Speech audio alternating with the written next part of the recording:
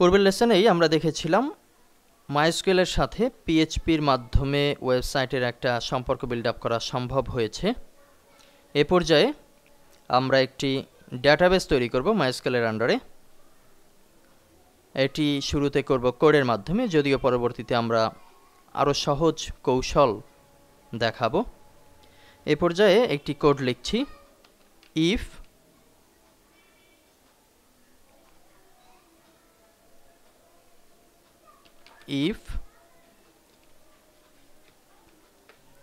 একটি ফাংশন লিখব ফার্স্ট ব্র্যাকেটের শুরু শেষ এর মাঝে,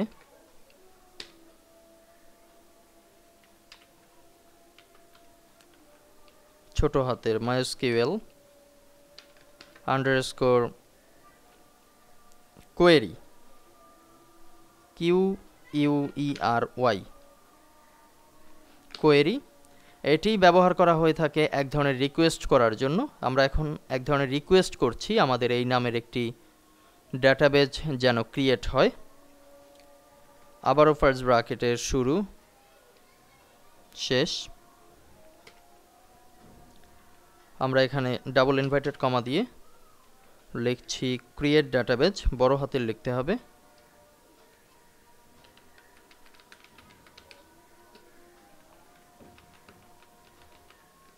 ক্রিয়েট ডেটাবেজ। এবারে ডেটাবেজের নাম দিব, ধরুন লিখছি নেক্সট নামে একটি ডেটাবেজ হবে, সে কারণে এটি লিখব আমরা ছোট হাতে।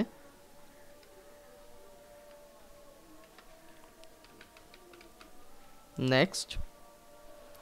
এবারে ইনভার্টেড কমার বাইরে এসে একটি কমা এবং নির্ধারিত ভ্যারিয়েবল উপরে যেটি কানেক্ট করা হয়েছিল কান,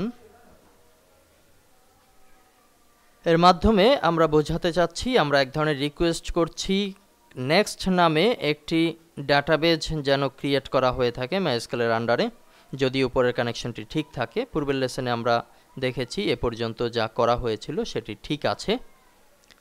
এ পর্যায়ে আমরা এখানে সেমিকোলন কেটে দিচ্ছি। আমরা কিভাবে বুঝবো যে আমাদের ডাটাবেজ ক্রিয়েট হয়েছে, সে কারণে একটি ইকো কমান্ড দেব। যেহেতু উপরে আমরা ফার্স্ট ব্র্যাকেট ব্যবহার করেছি, আমরা সেকেন্ড ব্র্যাকেটের শুরু শেষ এটি ব্যবহার করছি এবং লিখছি ইকো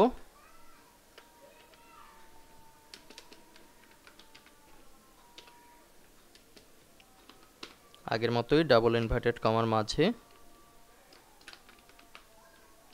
ডাটাবেজ ক্রিয়েটেড। এই অ্যালার্টটি দিবে আমাদেরকে যদি যথারীতি সম্পন্ন হয়। ডাবল ইনভার্টেড কমার শেষে আমরা সেমিকোলন ব্যবহার করছি। পরবর্তীতে যদি এর ব্যতিক্রম ঘটে তাহলে ভিন্ন একটি অ্যালার্ট দিবে, আমরা লিখছি এলস।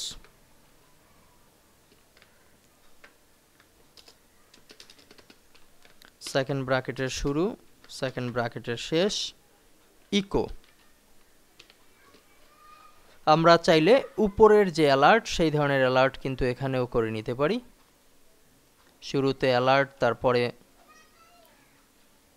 যে সমস্যা সে সমস্যা ডিক্লেয়ার করা হবে।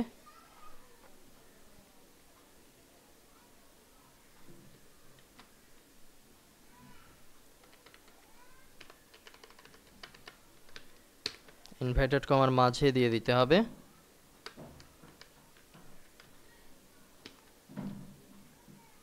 এখানে একটি সিঙ্গেল ইনভার্টেড কমা এক্সট্রা আছে, এটিকে ডিলিট করে দিচ্ছি। আপনারা দেখতে পাচ্ছেন যখনই ডিলিট করা হয়েছে এই ফাংশন কিন্তু নীল কালারে পরিবর্তন হয়েছে। সবশেষে সেমিকোলন, যেহেতু ইকো লেখার পরে আমরা জানি যে সেমিকোলন দিতে হয় শেষে। এ পর্যায়ে ফাইলকে সেভ করছি এবং ব্রাউজারকে আমরা রিলোড করব, তাহলেই আমাদের ডাটাবেজ ক্রিয়েট হবে যদি সব ঠিক থাকে। রিলোড। উপর দিকে লক্ষ্য করলে দেখতে পাচ্ছি রিলোড প্রসেস চলছে এবং আমাদের সামনে প্রিভিউ হচ্ছে ডাটাবেজ ক্রিয়েটেড। আমরা বুঝতে পারছি যেহেতু আমরা এই অ্যালার্টটি দিয়েছিলাম যদি ডাটাবেজ সঠিকভাবে ক্রিয়েট হয় তাহলে যেন ডাটাবেজ ক্রিয়েটেড প্রদর্শন করে। প্রিভিউতে সেটি প্রদর্শিত হলো। আমরা এখন মাইস্কুয়েলের ভেতরে গিয়ে দেখব যে এই ডাটাবেজ আসলেই জ্যাম্প সফটওয়্যারের মাঝে ক্রিয়েট হয়েছে কিনা। আমরা চলে যাচ্ছি সরাসরি লোকাল হোস্ট /ZAMP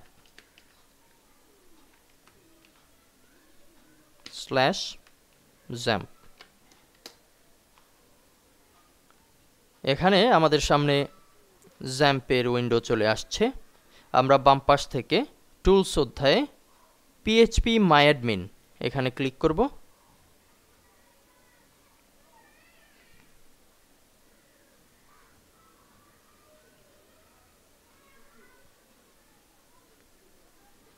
আমরা দেখতে পাচ্ছি আমাদের সামনে পরের পেজ চলে এসছে। আমরা এখন এখানে যে ডাটাবেজ লেখা দেখতে পাচ্ছি বাম পাশে, এখানে ক্লিক করে দেখব আমাদের নির্দিষ্ট নামের যে ডাটাবেজ সেটি আসছে কিনা।